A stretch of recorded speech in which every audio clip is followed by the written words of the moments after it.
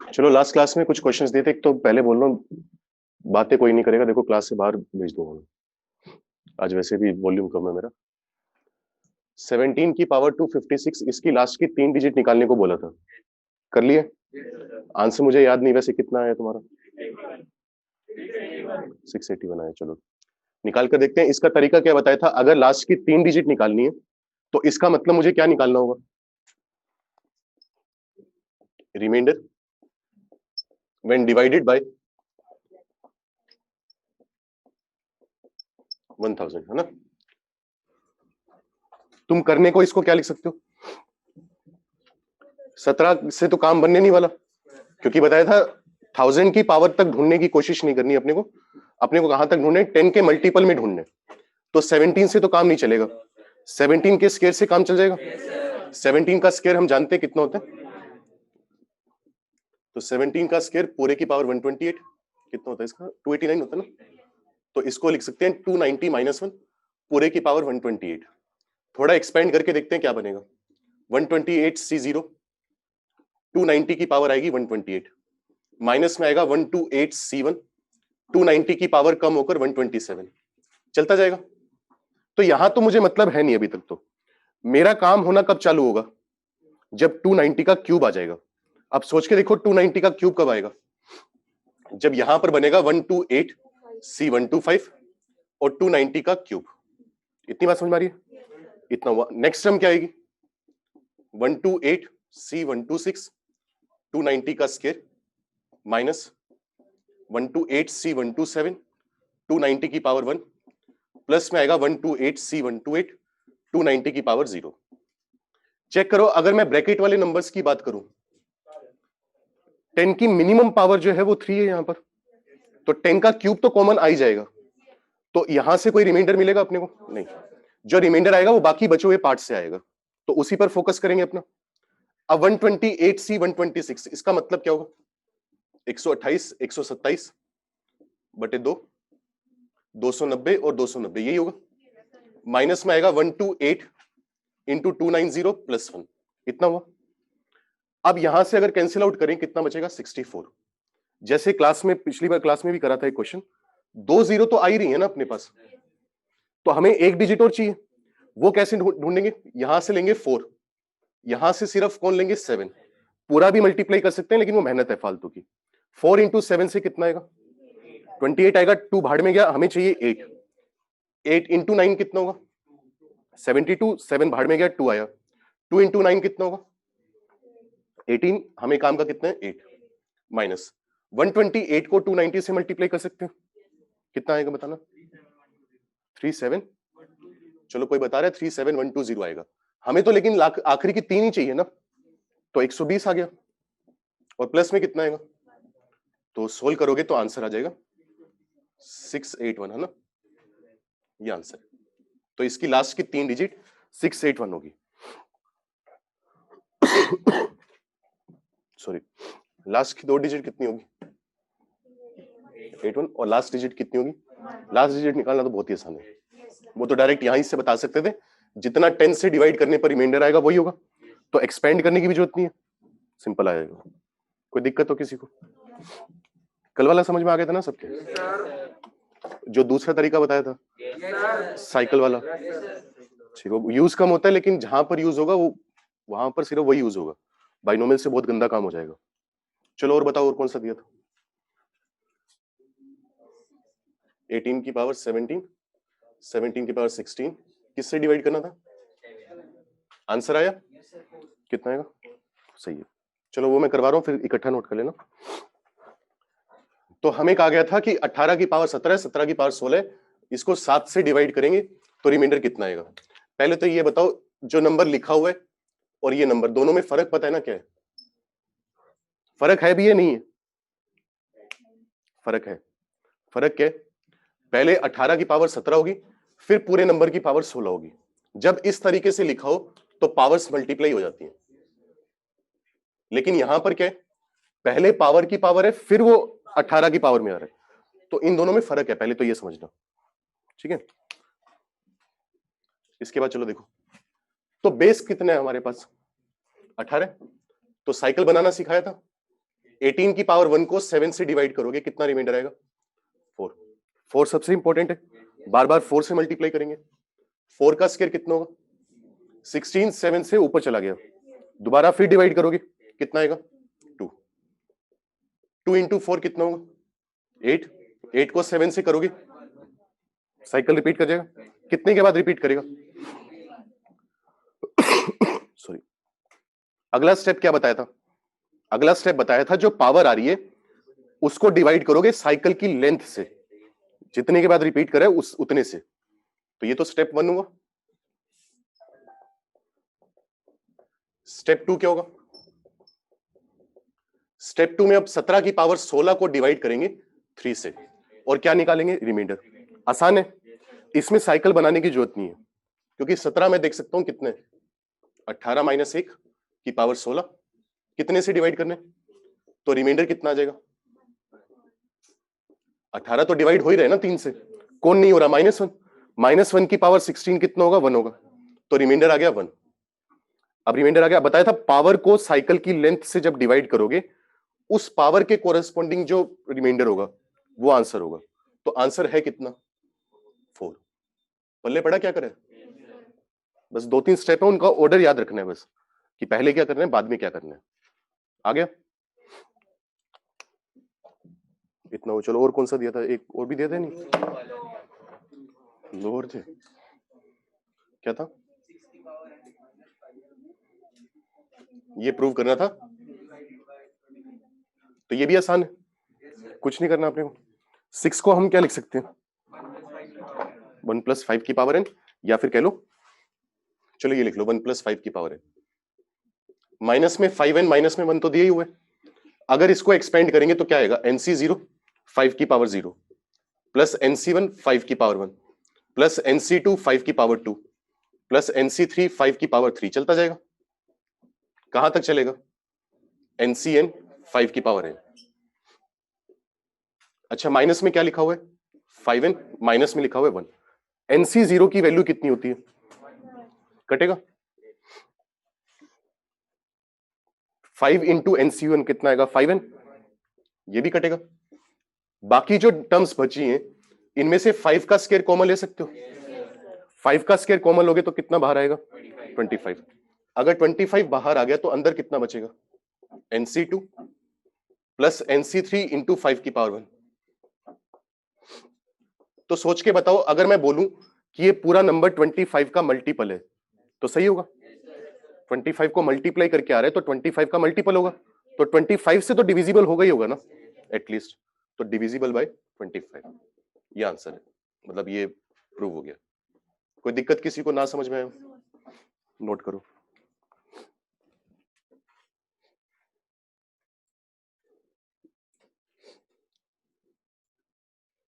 बच्चे जूम नहीं कर सकते कैमरा को, फिर तो बॉडी कवर नहीं होगा बिल्कुल भी।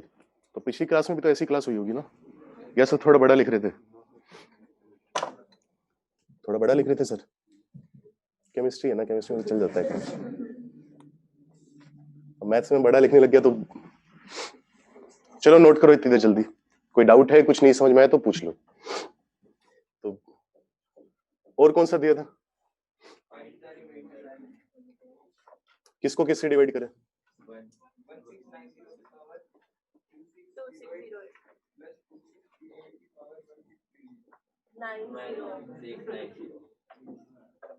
किससे डिवाइड करें? किससे करना है बताओ? साइकिल वाले से? किससे?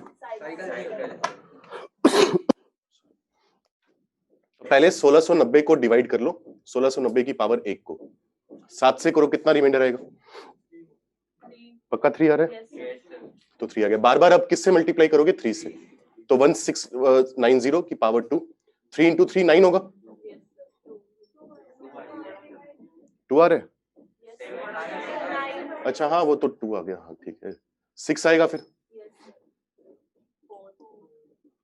18 से कितना आएगा? 4। 4 इंटू 3 से कितना आएगा? 5, और फिर कितना मिलेगा? फाइनली 1। ये आ गया। अब इसकी जो पावर है, कितनी पावर है? 2608। इसको डिवाइड करोगे साइकिल की लेंथ से, साइकिल की लेंथ से डिवाइड करोगे कितना आएगा 6। काटना मत चालू कर देना, कहीं काटने से गड़बड़ आ जाएगी, रिमाइंडर आधा आ जाएगा, जितना आना चाहिए उससे आधा आएगा। 2608 को डिवाइड करो 6 से, कितना रिमाइंडर आ रहा है?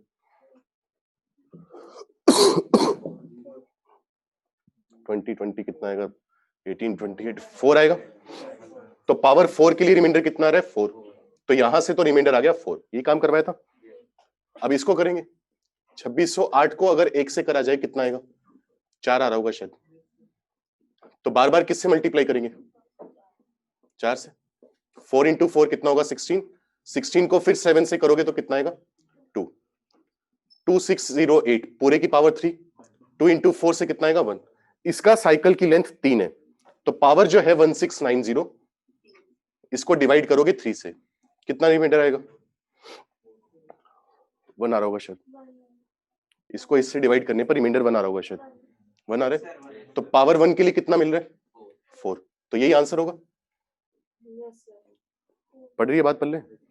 तो यहां से रिमाइंडर 4 आया, यहां से भी रिमाइंडर कितना आया? 4। ऐड कर देंगे, टोटल रिमाइंडर कितना हुआ? 8। अब टोटल जो रिमाइंडर है वो डिवाइजर से बड़ा चला गया, 8 को फिर 7 से कर दो, कितना आएगा? 1। तो इसका आंसर 1 होगा। आ रहा है समझ? अगर बीच में माइनस होता तो क्या करते? 4 - 4 0 कर देते, आंसर आया था 0। अब रिमाइंडर 0 आ रहा है, इसका मतलब नंबर किससे डिविजिबल होगा? 7 से। ठीक है, कर लोगे? ये दिए थे, कोई और भी दिया था? तो हमने टॉपिक का नाम क्या लिखा हुआ है अभी? फाइंडिंग द रिमाइंडर तो हो गया, उसके ऊपर टॉपिक का नाम क्या लिखा था? Application of binomial theorem. तो एक एप्लीकेशन तो पढ़ ली कि हम क्या निकाल सकते हैं, बड़े से बड़े नंबर का रिमाइंडर निकाल सकते हैं।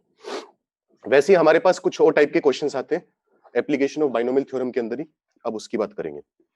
तो थ्योरी क्वेश्चन से ही समझेंगे इसकी। तो क्वेश्चन लिखोगे,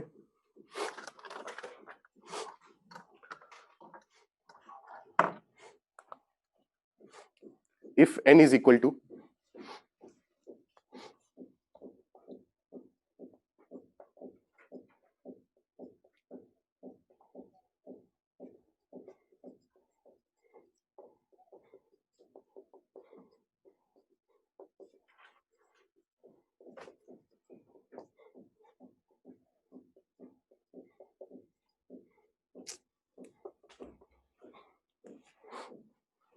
रुक जाओ 1 मिनट रुक जाओ।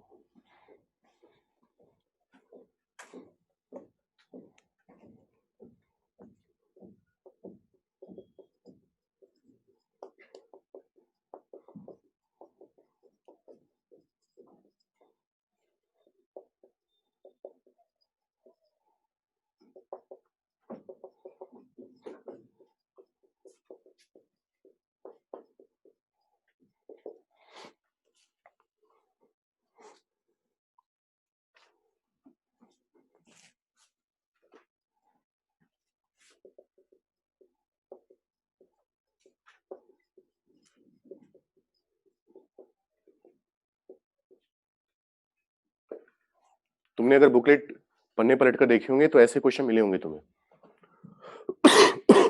सॉरी। तो कोई थ्योरी नहीं, दोबारा बोलो, क्वेश्चन से समझेंगे क्या करना है। तो ये इस टाइप का सवाल देते हैं। यहां पर हमेशा तुम्हारे पास क्या होगा, जैसे 8 + 3√7 है, इसमें 8 कैसा नंबर है? रैशनल है, इंटीजर है। 3√7 कैसा नंबर है? इरेशनल। पावर कुछ कुछ दे देगा, हमेशा वो तुम्हें बोलेगा i + f। लिखने का तरीका बदल सकता है, जैसे i का मतलब एक्चुअली क्या है? Box of n। Box of n क्या रिप्रेजेंट करता है? Integral part. कल भी बात हुई थी हमारी। तो i से क्या रिप्रेजेंट करवाना चाह रहे हैं? Integral part. और स्मॉल f से क्या रिप्रेजेंट करवाना चाह रहे हैं? Fractional part. उसका सिंबल भी जानते हैं। और तुमसे इनके बीच में कुछ कुछ वैल्यू मांग लेगा, ये सवाल आएगा। वैल्यू जो मांगे उससे फर्क नहीं पड़ता। इसमें 2 ही टाइप के क्वेश्चन बनते हैं। पहला टाइप ये है, वो देखते हैं क्या होगा। तो इसमें करना क्या है तुम्हें, हमेशा n कितना है? 8 + 3√7 की पावर n। इसको एक्सपेंड कर लो, कितना आएगा? nc0 8 की पावर n प्लस nc1 8 की पावर n - 1 3√7 की पावर 1। सिर्फ 2 टर्म लिखनी है, बाकी भाड़ में गई, चलता जाएगा। अब तुम्हें क्या करना है, अंदर जो साइन है प्लस की जगह क्या कर देना है? माइनस। लेकिन बड़े वाले नंबर में से छोटे वाला नंबर माइनस करते हैं। दोबारा फिर बोलो, एक नया नंबर डिफाइन करोगे, कैपिटल F। कैपिटल F दिया हुआ है क्वेश्चन में, स्मॉल एफ दिया हुआ है, कैपिटल एफ नहीं दिया हुआ। वो नंबर कहां से लेकर आएंगे? हम अपनी तरफ से लेकर आएंगे, और अंदर वाला जो प्लस है उसको क्या कर देना? माइनस। लेकिन बड़े नंबर में से छोटा नंबर माइनस होना चाहिए। अब 8 बड़ा है या 3√7 बड़ा है, कैसे डिसाइड करोगे? 8 बड़ा है या 3√7 बड़ा है, कैसे डिसाइड करोगे? √7 की वैल्यू याद करने की जरूरत ही नहीं है ना। √7 तू बता, मैं बताऊंगा। ये भी 4 और 9 के बीच में आ रही है, तो इसका जो रूट आएगा वो 2 से 3 के बीच में आएगा। जब इंटू 2 करेंगे तो 4 से 6 के बीच में, नहीं 4 से लेकर, नहीं 3 से मल्टीप्लाई करें ना, तो 6 से लेकर 9 के बीच में वैल्यू आ रही है। अब 6 से 9 के बीच में तो 8 से बड़ा भी हो सकता है, छोटा भी हो सकता है। तो कैसे डिसाइड करें कौन बड़ा है कौन छोटा है? बिना कैलकुलेटर की मदद के स्क्वायर निकालो दोनों के। 8 का स्क्वायर कितना होगा? 3√7 का। जिसका स्क्वायर बड़ा होगा वो नंबर बड़ा होगा। 8 का स्क्वायर 64 आ रहा है, इसका 63 आ रहा है, किसका स्क्वायर बड़ा है? तो वो नंबर बड़ा होगा। तो 8 में से हम माइनस करेंगे 3√7। ठीक है, समझ में आ गया कैसे पता करना है? बीच वाला जो प्लस है उसकी जगह क्या कर देना? माइनस। इसकी भी सिर्फ 2 टर्म लिखो, बाकियों से मतलब नहीं अपने को। अब हमारे पास जैसा कि मैंने कहा 2 क्वेश्चन बनते हैं, या तो हमें इन दोनों सीरीज को ऐड करना होगा या सब्ट्रैक्ट करना होगा। वो चीज डिक्टेट कौन करती है? Irrational part. तुम्हें या तो इनको ऐड करना है या सब्ट्रैक्ट करना है इस तरीके से कि इरेशनल टर्म्स जो है वो कैंसिल आउट हो जाए। इरेशनल टर्म कौन सी है? पहली वाली है, दूसरी वाली है? दूसरी वाली, क्योंकि इरेशनल नंबर की पावर ओड है। अगर ये यहां पर पावर 2 होती तो क्या बोलते?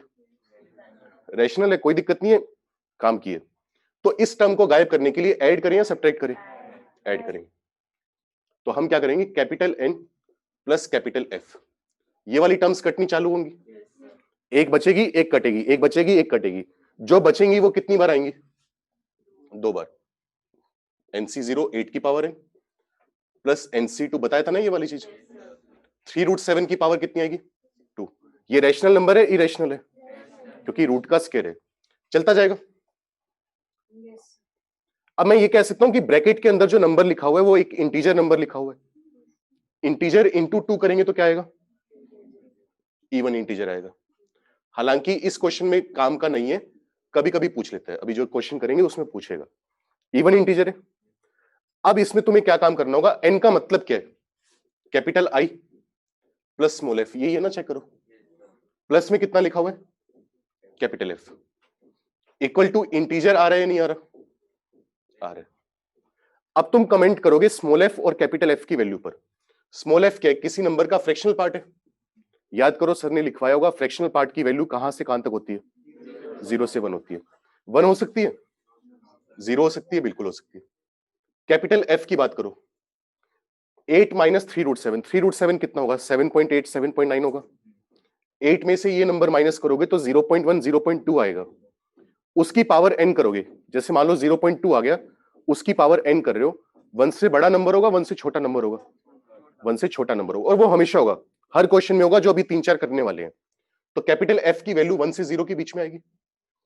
यहां पर मुझे क्या चाहिए? Small F plus capital F. दोनों इनइक्वालिटीज को ऐड कर लेंगे। अगर दोनों इनइक्वालिटीज को ऐड करेंगे तो small F plus capital F, 1 plus 1 कितना होगा? 0 प्लस 0। तो मुझे पता चला कि small F plus capital F की जो वैल्यू है वो 0 से 2 के बीच में आनी चाहिए। इतना समझ में आया? अच्छा, आई कैसा नंबर है? इंटीजर होगा ना, किसी भी नंबर का इंटीजर पार्ट इंटीजर ही तो होगा, डेफिनेशन यही है। आई इंटीजर है, small F plus capital F add करा तब कितना आया? इंटीजर आया। तो मैं कह सकता हूं कि इसको भी इंटीजर होना जरूरी होगा? जरूरी है। अब small F plus capital F 0 से 2 के बीच में है। 0 से 2 के बीच में इकलौता इंटीजर कौन आता है? तो मैं दावे से कह सकता हूं कि इसकी वैल्यू 1 ही होनी चाहिए, 1 के अलावा कुछ नहीं हो सकती। This implies that small F plus capital F should be equal to, और ये हर सवाल में सेम चीज होनी है। 2 ही केस बनेंगे, या तो ऐड होगा या सब्ट्रैक्ट होगा। सब्ट्रैक्ट होने वाला अगली बार देखेंगे। हमेशा small F plus capital F की वैल्यू कितनी लेनी होगी? 1। वो पहली बार कर रहे हैं, इससे पूरा एक्सप्लेन कर रहा हूं मैं, बाकी तो डायरेक्ट लिखेंगे उसके बाद। इसकी वैल्यू 1 आ गई। अब हमसे वैल्यू मांगी किसकी है? n इंटू 1 माइनस एफ की। n तो n है ही, 1 माइनस स्मॉल एफ की वैल्यू कैपिटल एफ बोल सकते हैं। अच्छा कैपिटल एन कितना होगा? कैपिटल एन तो क्वेश्चन में दिया हुआ है 8 प्लस 3√7 की पावर एन। कैपिटल एफ हम अपनी मर्जी से लेकर आए हैं 8 माइनस 3√7 की पावर एन। पल्ले पढ़ रहे हैं? ए प्लस बी इंटू ए माइनस बी कितना होगा? 8 का स्क्वायर 64, 3√7 का स्क्वायर 63। आएगा नहीं आएगा? ये आंसर है। ये स्टेप्स ही फॉलो करने। अच्छी बात यह है इसमें दिमाग अपना कुछ नहीं लगाना तुम्हें, एज इट इज ये स्टेप फॉलो होंगे। कोई स्टेप नहीं समझ में आया तो पूछ लो, नहीं तो नोट करो, फिर नेक्स्ट क्वेश्चन करके देखते हैं। टॉपिक का नाम कुछ नहीं है भाई ये।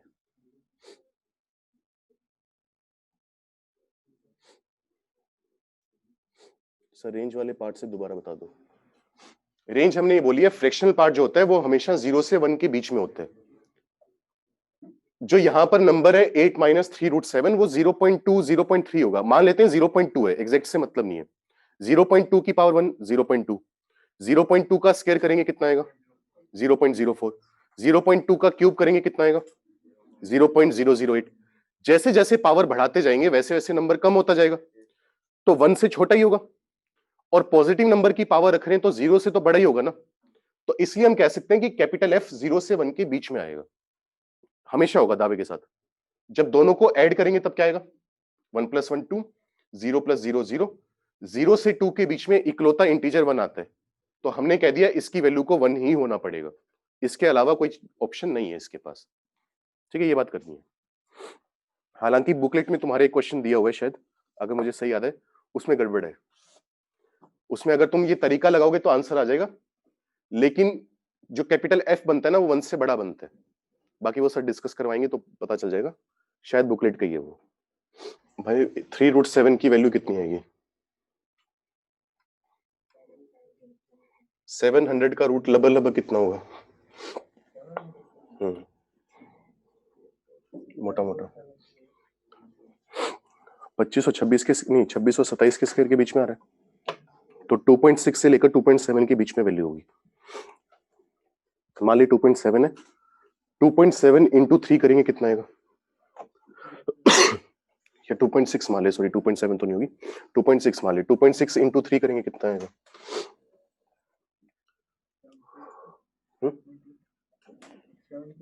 7.8 आएगा। उसको माइनस कर रहे हैं 8 में से, 8 माइनस 7.8 कितना होगा? 0.2, 0.2 की पावर n कर रहे हैं। अब पॉजिटिव नंबर की कुछ पावर रख रहे हैं, वो आएगा तो पॉजिटिव ही ना, नेगेटिव से बड़ा तो कतई नहीं हो सकता, ये बात मानते हैं? तो 0 से तो बड़ा होगा। अब जैसे जैसे तू 0.2 की पावर बढ़ाता जाएगा वैसे वैसे नंबर कम होता जाएगा।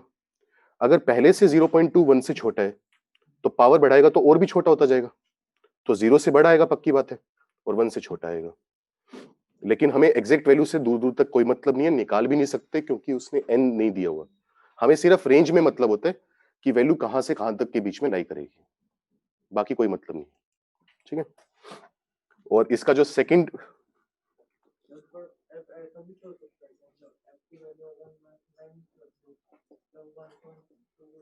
मैं वही कह रहा हूँ भाई, मैं अभी बुकलेट का वही तो बोल कर हटा हूँ। ये क्वेश्चन तभी कर सकते हैं हम जब तक कि साइन चेंज करने से जो वैल्यू आई है 8 माइनस 3√7 वो 0 से 1 के बीच में। अगर ये वैल्यू 1 को क्रॉस कर जाए तो ये पूरा क्वेश्चन फेल हो जाएगा, फिर हम क्वेश्चन नहीं कर पाएंगे और वो पूछता भी नहीं फिर। और इसी तरीके से बुकलेट में एक सवाल पूछा हुआ है, उसमें अगर तू साइन चेंज करेगा ना, प्लस की जगह माइनस करेगा, तो उसकी जो वैल्यू है 1 से बड़ी हो जाती है। आंसर तो निकालेगा बिल्कुल इसी तरीके से, आंसर दे रखे है, बच्चे टिक करके भी आ जाते हैं और वही ध्यान नहीं देते, और 1 से बड़े होने की वजह से जो आंसर आया वो गलत आया और सही वाला हम निकाल भी नहीं सकते। क्योंकि उसके बाद तो जैसे अगर यही 1.3 हो जाता, 1.3 की जितनी पावर बढ़ाते जाएंगे वैसे वैसे नंबर बढ़ता जाएगा। अब मुझे नहीं पता कि पावर n तक पहुंचते पहुंचते वो 10 और 11 के बीच में होगा या 11 और 12 के बीच में होगा, तो वो कमेंट नहीं कर सकते जब तक कि n प्रॉपर ना दे दिया जाए। तो जो प्रॉपर क्वेश्चन बनता है वो तभी बनता है जब 8 माइनस 3√7 या जो भी नंबर आ रहे हैं वो 0 से 1 के बीच में है। ठीक है, उसके अलावा वाला वो पूछ ही नहीं सकता। ये ट्राई करोगे एक बार अपने आप, थोड़ा अलग है, सोच के देखो एक बार। Then find the value of n into small F. n क्या है यहां पर? Capital N। कैपिटल एन है ये पूरा नंबर, लिखना भूल गया मैं। कैपिटल एन पूरा नंबर है, स्मॉल एफ वही फ्रैक्शनल पार्ट। वैल्यू निकाल कर देखो इसकी कितनी आएगी। बिल्कुल सेम कंसेप्ट है, थोड़ा सा चेंज है बस एंड में जाके करो।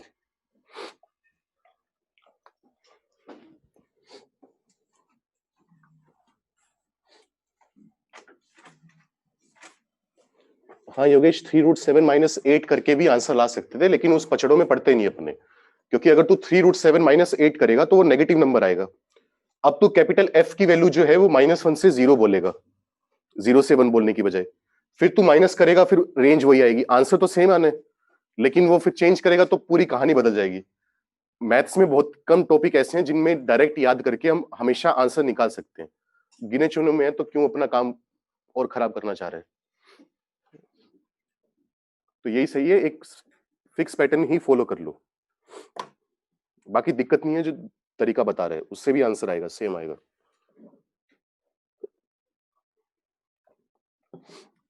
पर फिर हमें देखना पड़ेगा कि नंबर 1 से छोटा आ रहा है, 0 से 1 के बीच में आ रहा है, -1 से 0 के बीच में आ रहा है, उस बात का फर्क पड़ना चालू होगा।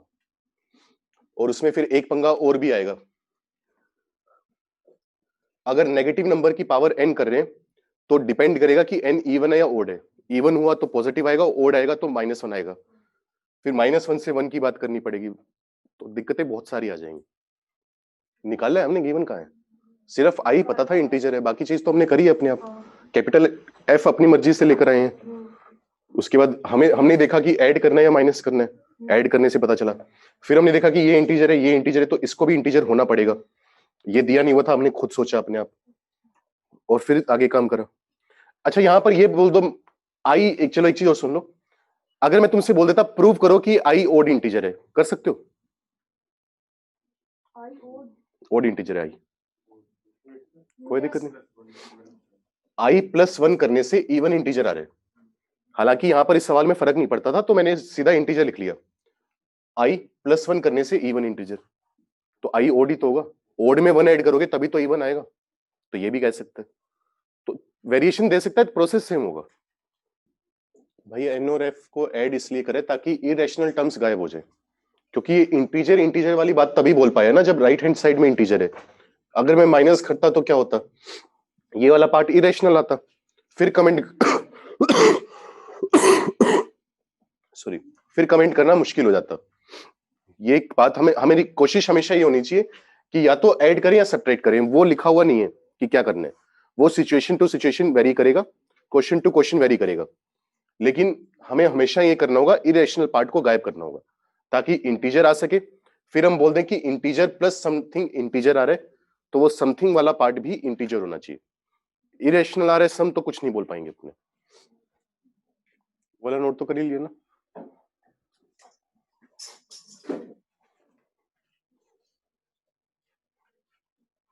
यार।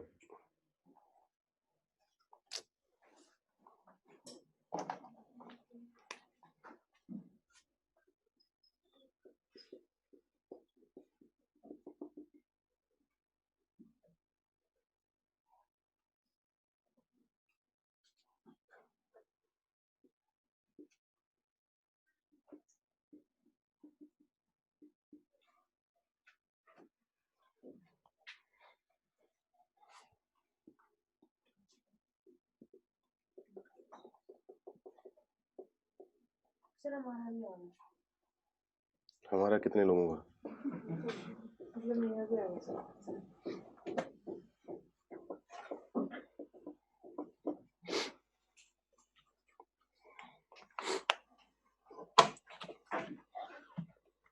करें, कुछ नहीं करना, सेम चीज है। नहीं, आई प्लस स्मॉल एफ कितने, 6√6 + 14 पूरे की पावर है 2n+1। सिर्फ 2 टर्म लिखनी है, 2 टर्म से क्लियर हो जाएगा। पहली टर्म क्या आएगी, 2n+1 c0, 6√6 की पावर 2n+1। नेक्स्ट टर्म क्या आएगी, 2n+1 c1, 6√6 की पावर 2n और 14 की पावर 1, चलता जाएगा। बाकी जो आएगा मतलब नहीं हमें। अब हमें एक अपनी तरफ से कैपिटल एफ नाम का नंबर इंट्रोड्यूस करना है, जो बीच में प्लस है उसकी जगह क्या कर देंगे, माइनस। बड़ा नंबर कौन है? क्योंकि 6√6 का स्क्वायर आएगा 216, 14 का स्क्वायर आएगा 196, तो बड़ा नंबर 6√6 है। माइनस करके दोबारा पावर चेंज नहीं करनी, ये भी ध्यान रखना। एक्सपेंड कर दो, कोई फर्क नहीं पड़ेगा, बस सेकंड टर्म जो है उसमें प्लस की जगह माइनस आ जाएगा, अल्टरनेट साइन चलते जाएंगे। अब तुम्हें ये सोचना है कि गायब किसको करना है। अगर रूट की पावर ओड है तो इरेशनल नंबर होगा, अगर रूट की पावर इवन है तो रैशनल होगा, इंटीजर होगा। तो इसको गायब करना है ना, इसको गायब करने के लिए क्या करोगे? माइनस कर दो। तो I plus small F minus capital F equal to 2 into कौन सी टर्म्स बचेंगी? ओड वाली बचेंगी।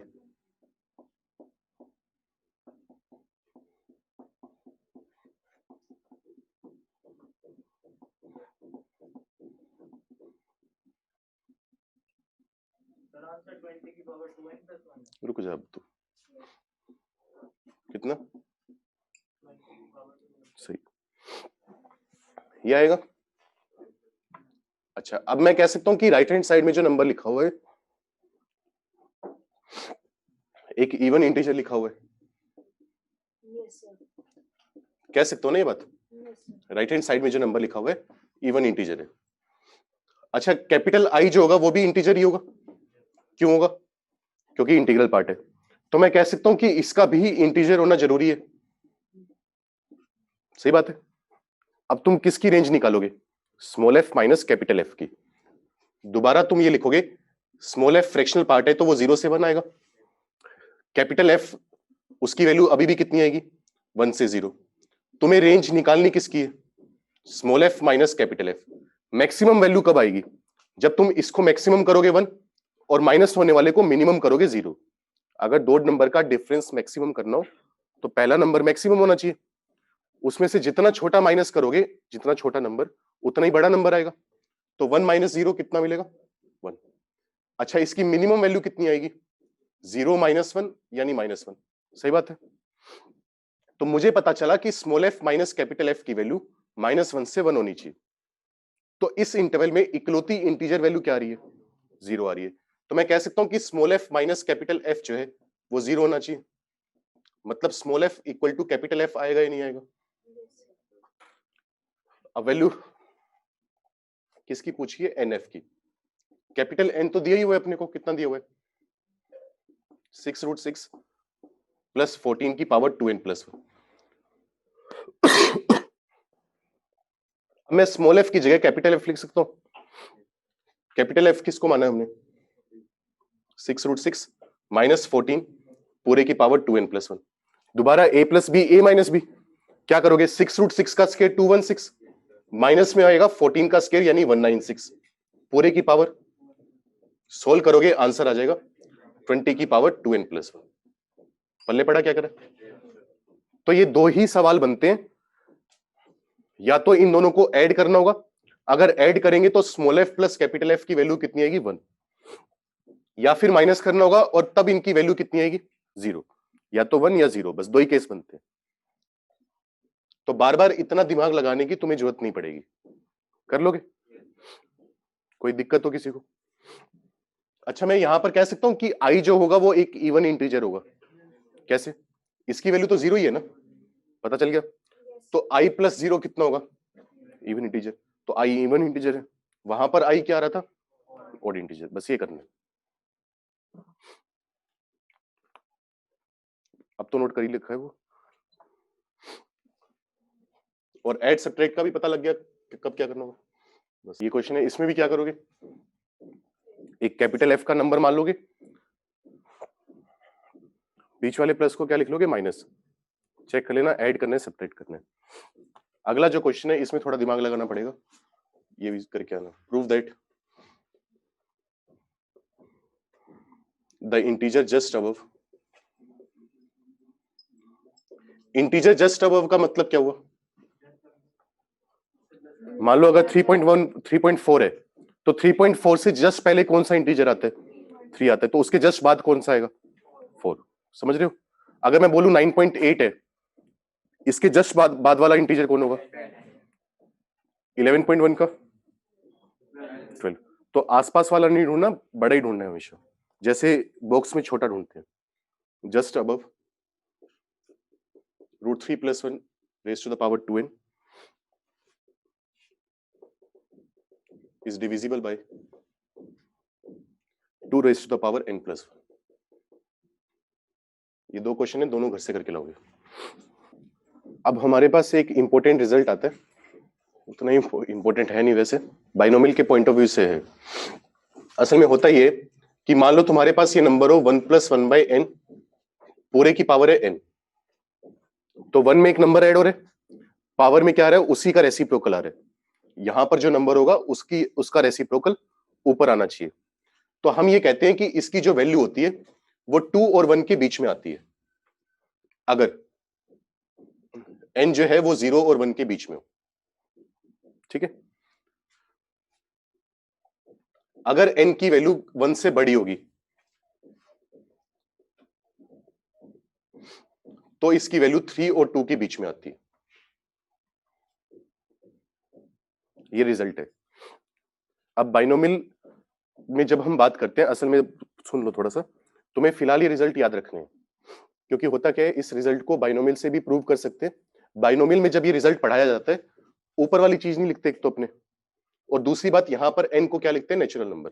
कारण इसके पीछे, क्योंकि हमने सिर्फ ये पढ़ा है कि अगर बाइनोमियल की पावर नेचुरल नंबर हो तभी एक्सपेंड करना सीखा है अपनों ने।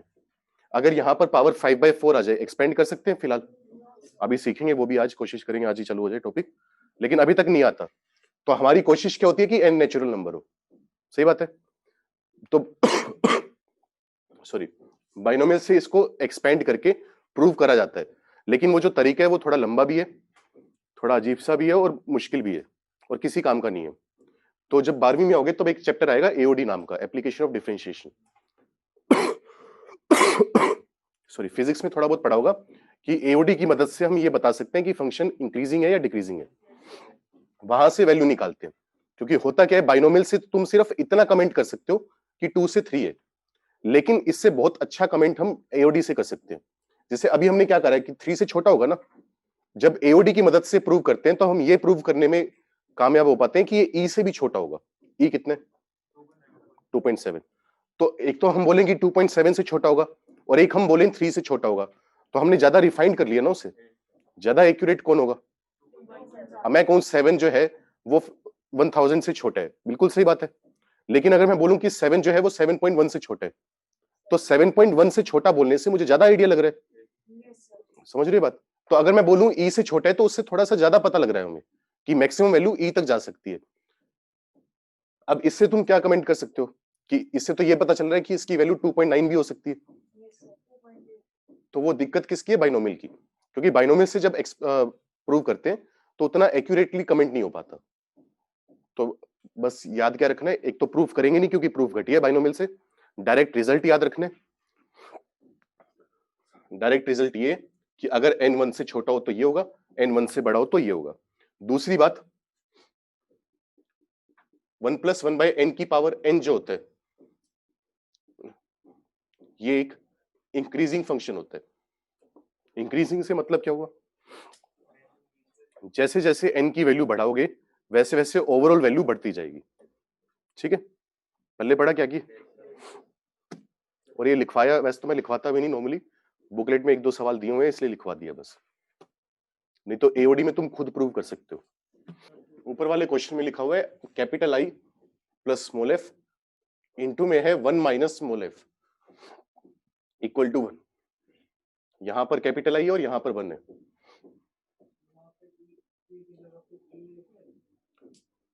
लिख लो, बाकी अभी 3 से भी काम चल जाएगा जो अभी क्वेश्चन आएंगे। तुम्हें बताना है इन दोनों में से छोटा कौन है, बड़ा कौन है। कुछ नहीं करना, 0.2 को 1/5 लिख सकते हैं, 1 + 1/5 पूरे की पावर 5 है। 0.1 को 1/10 लिख सकते हैं। यहां से जाने में, यहां से आने में n यानी जो पावर है वो बड़ी है कम हुई है? बड़ी है। यहां पर n की वैल्यू 5 है, मैच करो। यहां पर n की वैल्यू कितनी है? 10। n की वैल्यू बढ़ेगी तो वैल्यू बढ़ेगी या नहीं बढ़ेगी? क्योंकि कैसा फंक्शन है? इंक्रीजिंग। तो ये बड़ा होगा, ये वाला छोटा होगा। बस आया पहले? इनको कंपेयर नहीं करना, पावर्स को कंपेयर करना है। और जरूरी चीज क्या है कि 1 में जो नंबर ऐड हो रहा है उसी का रेसिप्रोकल ऊपर होना चाहिए पावर में। अगर 1/10 है तो उसका रेसिप्रोकल कितना होगा?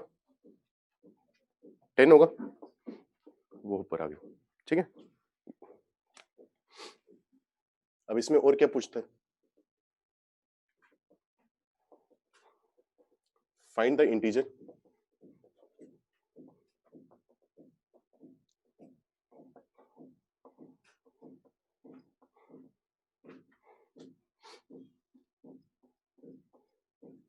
इस नंबर से जस्ट बड़ा जो इंटीजर आएगा वो बताओ कितना आएगा। ये असल में क्या लिखा हुआ है? 1 + 1/, और पूरे की पावर कितनी है? उस फॉर्म का आ रहा है नहीं आ रहा? अब तुम्हें ये देखना है कि n 1 से बड़ा नंबर है या n 1 से छोटा नंबर है? बड़ा नंबर है ना। हमेशा किसको देखते हैं? पावर को। इसको नहीं देखना अपने को, पावर को देखते हैं कि पावर 1 से बड़ी आ रही है छोटी आ रही है। तो पावर 1 से बड़ी है तो इसकी वैल्यू कहां से कहां तक होगी? 2 से 3। तो इसकी वैल्यू क्या आएगी? कुछ 2.5 आएगी, 2.6 आएगी, 2.4 आएगी, इसी टाइप की आएगी ना। एग्जैक्ट वैल्यू से मतलब नहीं है ना, हम निकाल सकते हैं।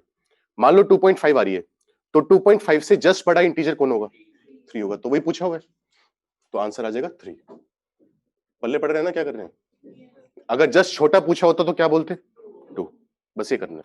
ये दो ही सवाल बनते हैं, या तो पूछ लेगा कि बड़ा कौन है छोटा कौन है, या फिर पूछ लेगा उससे जस्ट बड़ा इंटीजर बता दो या जस्ट छोटा इंटीजर बता दो। ठीक है, सॉरी। तो ये अपना एप्लीकेशन वाला पार्ट पूरा हुआ। इन 2 क्वेश्चन के लिए जगह छोड़ देना, कल डिस्कस करेंगे। अमन सर मिल गए थे वैसे तुम्हें? अमन सर मिल गए थे तुम लोगों से आज? अच्छा, तो ऐसा है, वेंसडे को तुम्हारे डाउट्स की दिन है। वेंसडे को डिस्कशन होगा बुकलेट का, पैराबोला जो भी चल रही है तुम्हारी, और थर्सडे या फ्राइडे में से भी एक दिन डिस्कशन होगा। ठीक है, मतलब कहने का मतलब ये है कि जो ग्रुप में टाइम टेबल आ रहा है उस पर कुछ वो नहीं है, बस मैथ्स पर ध्यान दो, जीए पर ध्यान मत दो।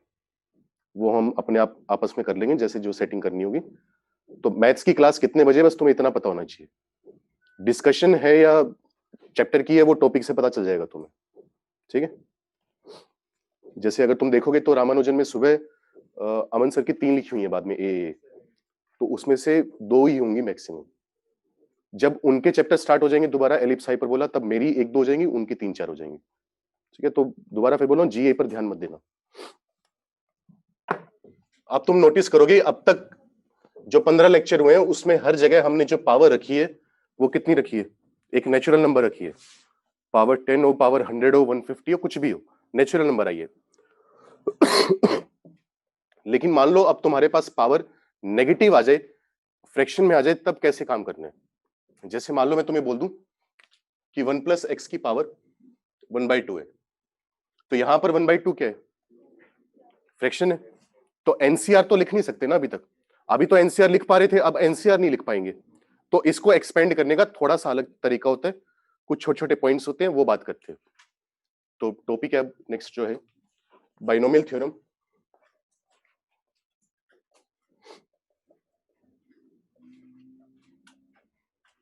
फॉर नेगेटिव और फ्रैक्शनल इंडेक्स। इंडेक्स का मतलब क्या होता है? पावर। लिखना चाहो तो ब्रैकेट में लिख लेना, इंडेक्स का मतलब पावर। तो होता क्या है, सॉरी, जब कॉलेज में जाओगे, बीटेक में फर्स्ट सेमेस्टर में पढ़ाई जाएंगी, 2 आदमी ने 2 सीरीज दी थी, एक टेलर सीरीज, एक फोरियर सीरीज। टेलर तो बहुत बड़ा मैथमेटिशियन था, उसकी बाकी चीजें भी पढ़ोगे। तो उसने डिफरेंशिएशन की मदद से उसने ये बताया था कि तुम किसी भी फंक्शन को एक्सपेंड कर सकते हो। जैसे मैं तुम्हें छोटा सा एग्जांपल दूं, ऑब्वियसली प्रूफ करेंगे नहीं। जैसे उसने कहा था कि e की पावर x जो है उसको तुम ये भी लिख सकते हो, ये अगले साल पढ़ाया जाएगा तुम्हें। कहां तक जाएगा? इनफाइनाइट तक। उसने कहा भले ही तुम x की वैल्यू यहां पर पुट कर लो, यहां पर पुट कर लो, LHS RHS क्या आएंगी? बराबर आएंगी।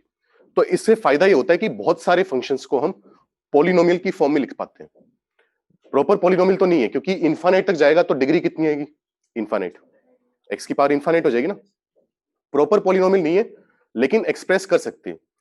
तो उसी टेलर और फोरियर से हम ये फॉर्मूला निकालते हैं कि अगर तुम्हारे पास 1 प्लस एक्स की पावर एन हो, पावर कितनी है? एन, और इस बार जो पावर है वो क्या है? या तो नेगेटिव है या फ्रैक्शन है। तो इसको लिखने का तरीका, एक्सपेंड करने का तरीका, पहले 1 आएगा। नॉर्मली हम क्या लिखते हैं इसके बाद? अगली टर्म क्या लिखते हैं इसके बाद? NC1। लेकिन अब NC1 तो लिख नहीं सकते ना, क्योंकि वही दिक्कत है, अगर पावर 1/2 है तो NC1 का मतलब क्या होगा? 1/2 C1। कोई मतलब है इसका? क्योंकि NCR तभी डिफाइंड होता है जब n क्या हो? Natural number. तो असल में NC1 ना लिखकर उसकी वैल्यू लिख देते हैं अपने। NC1 की वैल्यू क्या बताई थी? n। तो NC1 ना लिखकर क्या लिख दोगे? n। ठीक है। अगली टर्म क्या आती है? NC2। NC2 का मतलब क्या होता है? n-1 अपॉन फैक्टोरियल 2 x का स्क्वायर। तो वैल्यू वही आ रही है, NC1, NC2, NC3, लेकिन क्योंकि NCR इस बार डिफाइंड नहीं है तो NCR की फॉर्म ना लिखकर उसको एक्सपेंड करके लिख रहे हैं। पहले पढ़ रही है बात। अगली टर्म क्या आएगी? NC3 आएगा। NC3 को लिखने का तरीका n-1 n-2 अपॉन फैक्टोरियल 3। ये चलता जाएगा। समझ में आ गया क्या करने? तो बस NCR ना लिखकर एक्सपेंड करके लिखते चलो, और कहां तक जाएगा? इनफाइनाइट तक। लेकिन ये एक्सपेंशन तभी काम करेगा जब तुम्हारे पास मोड ऑफ x की जो वैल्यू है वो 1 से छोटी हो, या दूसरे शब्दों में बोला जाए तो x की वैल्यू -1 से 1 के बीच में होनी चाहिए। अगर मोड x 1 से बड़ा आ गया तो ये एक्सपेंशन नहीं कर सकते। आ रही है बात समझ? तब क्या करेंगे वो बाद में पढ़ेंगे, मतलब इसी टॉपिक में, लेकिन बाद में। फिलहाल हमें ये आना चाहिए बस। कोई दिक्कत किसी प्रकार की? ठीक है, वो बता दूंगा, वो उसकी चिंता भी मत करो। तो कहां तक जाएगा? इनफाइनाइट तक। If the index is negative और a fraction,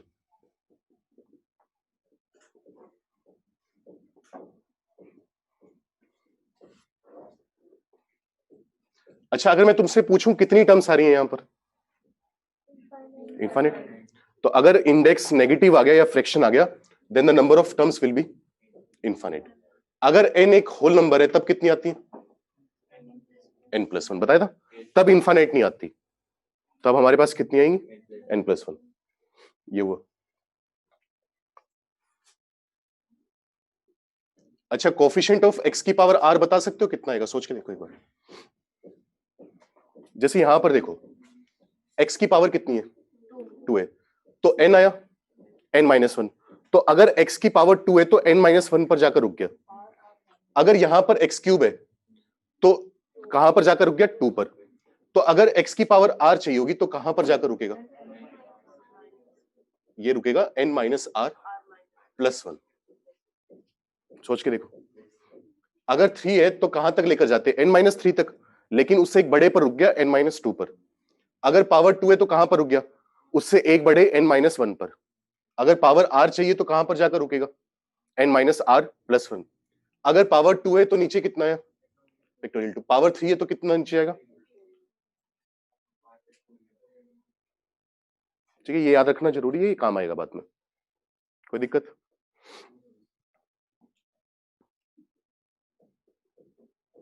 if n is a negative integer,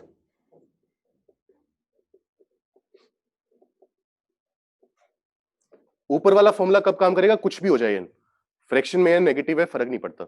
नीचे वाला सिर्फ कब काम कर रहा है? जब नेगेटिव इंटीजर है। If n is negative integer, then coefficient of x raise to the power r equal to -1 की power r factorial n plus r-1 CR। याद हो जाएगा? n नेगेटिव इंटीजर है, नेगेटिव इंटीजर है तो उसका मोड लेंगे तो क्या आएगा? पॉजिटिव इंटीजर आएगा। Positive integer plus r, r तो इंटीजर ही होगा ना, x की पावर तो इंटीजर ही आ रही है, चेक करो, -1। तो ये NCR डिफाइंड हो जाएगा इस तरीके से लिखते हैं। ये तीनों रिजल्ट याद होने चाहिए अपने को। कुछ एक्सपेंशन फिर करके देखते हैं।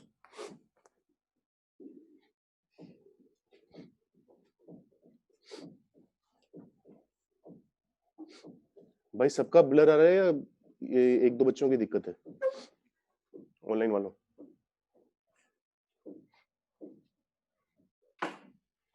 उसमें तो बाकी मैं कुछ कर भी नहीं सकता, नेटवर्क की इशू है या तो तुम्हारे एंड पर या मेरे एंड पर। लास्ट पॉइंट में हमने ये बोला है कि अगर n एक नेगेटिव इंटीजर है, ऊपर वाला तो दोबारा बोल रहा हूं कभी भी काम करेगा, भले ही नेगेटिव इंटीजर हो भले ही फ्रैक्शन हो, फर्क नहीं पड़ता। नीचे वाला सिर्फ तब काम करेगा जब n नेगेटिव इंटीजर, -1, -2, -3, -4। तो डायरेक्ट x की पावर r का कोएफिशिएंट निकाल सकते हैं, यहां पर बार बार वैल्यू पुट करने की जरूरत नहीं पड़ेगी, क्योंकि एनसीआर निकालना फिर भी कंपैरेटिवली आसान होता है ना, इस वजह से। तो क्या करना है, -1 की पावर r कर देनी है, जहां पर r क्या है, x की पावर है, जितनी x की पावर चाहिए उसके हिसाब से। एग्जांपल दे देता हूं मैं, चिंता करो, फॉर्मूला देख लो पहले। फिर n नेगेटिव है, उसका मोड ले लेना है, पॉजिटिव आ जाएगा, प्लस r-1 CR। एग्जांपल करके देखते हैं, फिर समझ में आएगा। Find the coefficient of x square in the expansion of 1 minus x raised to the power -1/2 if mod of x is less than 1। मैं ही करवा रहा हूं। तो यहां पर चेक करो पावर क्या आ रही है, नेगेटिव आ रही है और फ्रैक्शन में भी आ रही है, तो वो वाला काम तो कर नहीं पाएंगे जो अब तक हम करते आए हैं। तो कौन सा फॉर्मूला लगेगा, ये वाला लगेगा। तो फॉर्मूला क्या होगा, x स्क्वायर का कोएफिशिएंट चाहिए ना अपने को, तो x स्क्वायर का कोएफिशिएंट का फॉर्मूला होगा, चालू कहां से करते हैं हमेशा, n से। n के बाद क्या आएगा, n-1। पावर 2 तक चाहिए तो कहां पर जाकर रुक जाओगे, 1 पर। अपॉन में कितना आएगा, फैक्टोरियल 2। लेकिन वही दिक्कत है, अगर x की पावर 2 कर रहे हो तो साथ में जो -1 है उसकी भी पावर 2 आएगी, तो क्या करना पड़ेगा, ये आ गया। अब n की वैल्यू रख दो, n की वैल्यू कितनी है, -12। जो पावर है वही है ना, n की वैल्यू रख दो -12, -12 -1, फैक्टोरियल 2 हम जानते हैं 2 होते हैं, इंटू +1, कितना आ गया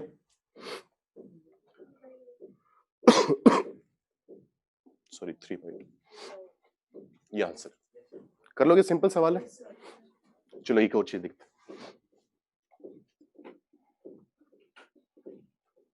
find the coefficient of x raised to the power 3 in the expansion of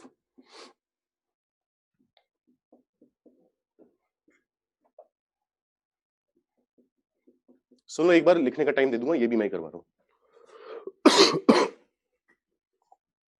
अब x क्यूब का कोएफिशिएंट निकालने, कहां पर, नीचे वाले में से।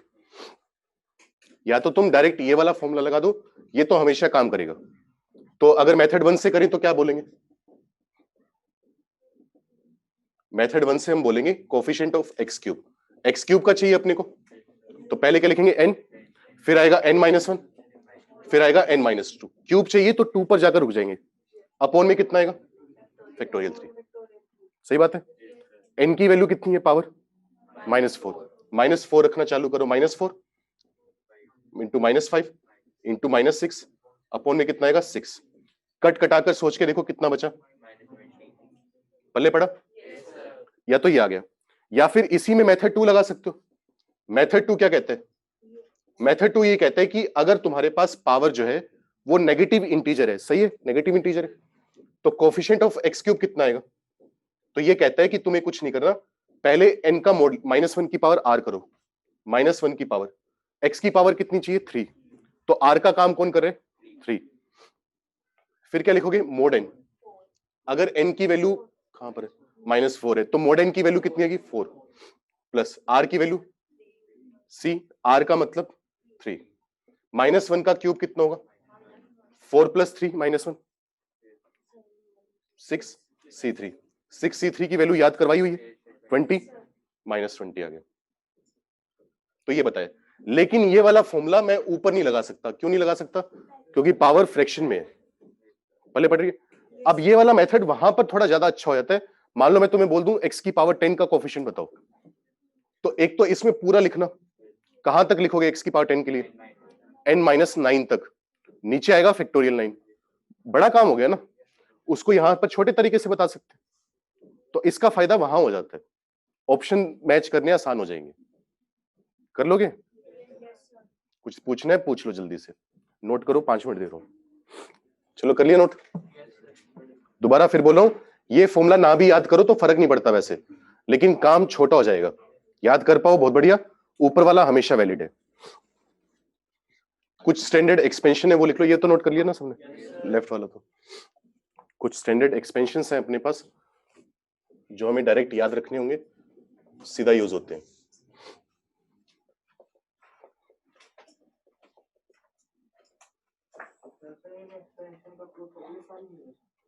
किनका? ये जो फॉर्मूला लिखा है e की पावर x वाला? नहीं, प्रूफ तो अगले साल भी नहीं करवाएंगे। मैं वही कह रहा हूं, प्रूफ आता है टेलर और फोरियर से, और वो पढ़ाई जाती है पहले सेमेस्टर में। एक्सपेंशन लिखवाए जाएंगे बस, की रट्टे मार लो। होता ये वो ऐसा सा एक होता है, हो सकता है मैंने भी पढ़े टाइम हो गया गलत लिख दूं थोड़ा सा, पर ऐसा सा होता है।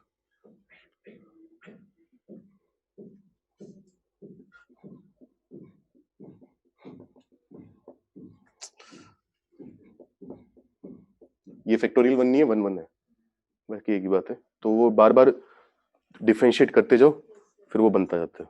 तो इससे ऐसे कैसे पता चलता है कि x की रेंज, तो वो उसके कंडीशन के तहत ही काम करती है ना, वही है, मैं वही कह रहा हूँ। फोरियर भी प्रूव करोगे जाके कि फोरियर का फॉर्मूला क्या है, करने को अभी भी कर लें, लेकिन फायदा नहीं है ना उसका, कोई डायरेक्ट हमारे काम का नहीं है।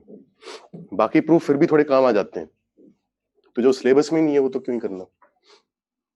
तो पहला जो एक्सपेंशन है अपने पास वो है 1 प्लस एक्स की पावर -1,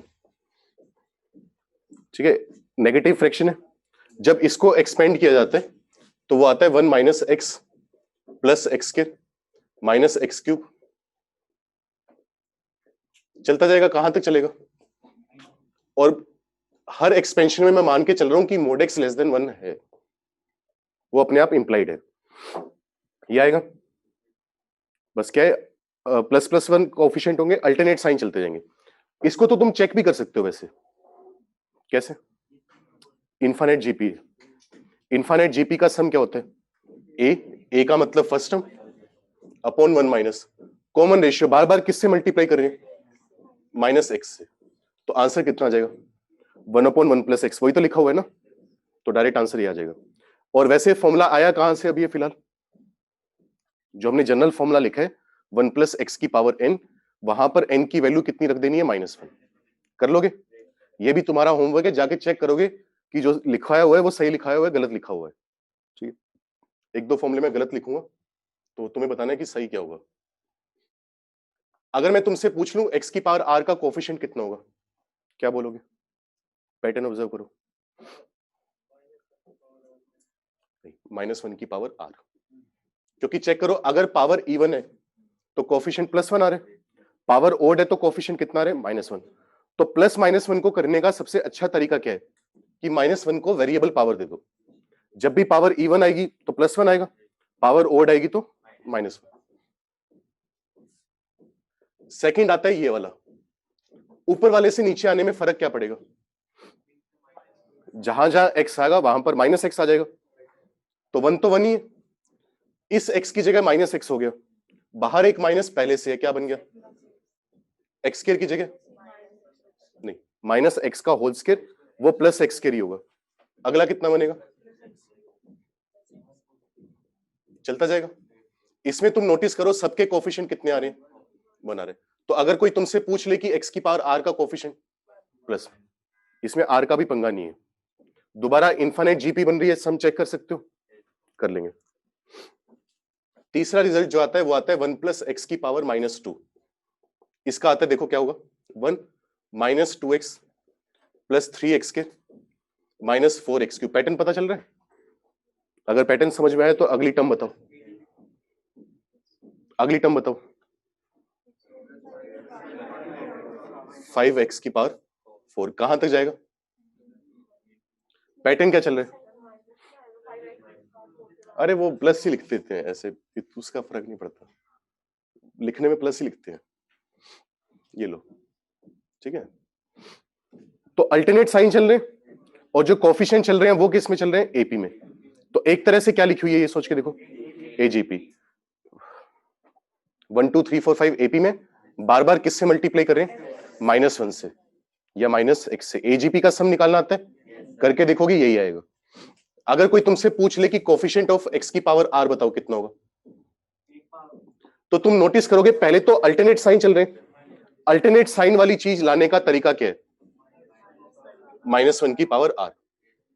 अब पावर 4 है तो आगे 5 आ रहा है, 3 है तो 4 आ रहा है, 2 है तो 3 आ रहा है।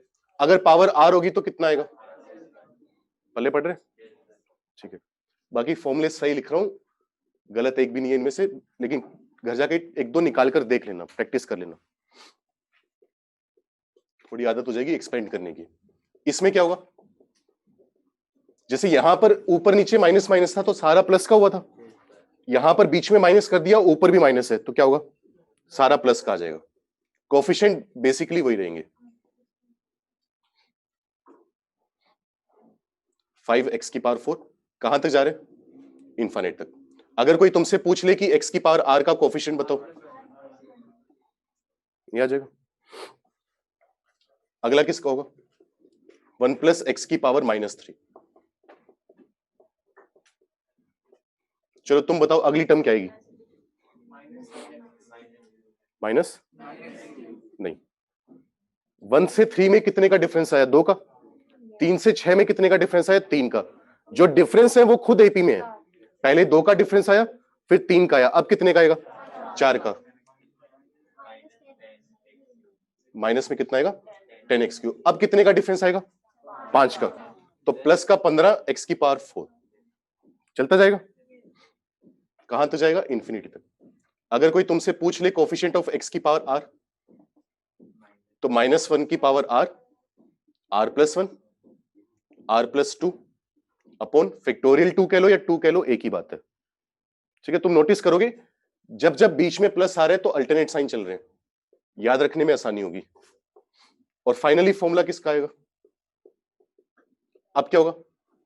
सारे प्लस के हैं, सारे प्लस के हैं तो क्या बनेगा? 1 + 3x 6x², 10x³ चलता जाएगा कहां तक? इंफिनिटी तक। कोई तुमसे पूछ ले कोफिशिएंट ऑफ x की पावर r, तो r+1 r+2 अपॉन 2। ये 6 एक्सपेंशन है जो तुम्हें याद रखने हैं। निकालने को हम और भी निकाल सकते हैं, लेकिन फिर उसकी कोई लिमिट नहीं है, करते रहो तो जितना याद कर लो, लेकिन ये 3 याद होनी चाहिए। तो अगर मैं तुमसे पूछ लूं अब कि 1 - x की पावर -3 है, इसमें बताओ x की पावर 10 का कोफिशिएंट कितना होगा, तो तुम क्या करोगे? डायरेक्ट फॉर्मूला लगा लोगे। तो माइनस माइनस दोनों जगह माइनस है ना, तो क्या आएगा? प्लस का ही आएगा, r+1। तो 10+1 कितना होगा? वैल्यू पुट करनी है, समझ में? कर लोगे? बाकी इसकी प्रैक्टिस थोड़ी कल कर लेंगे। 2 सवाल दिए हैं, वो 2 सवाल करके लाओगे। कोई डाउट है तो पूछ लो।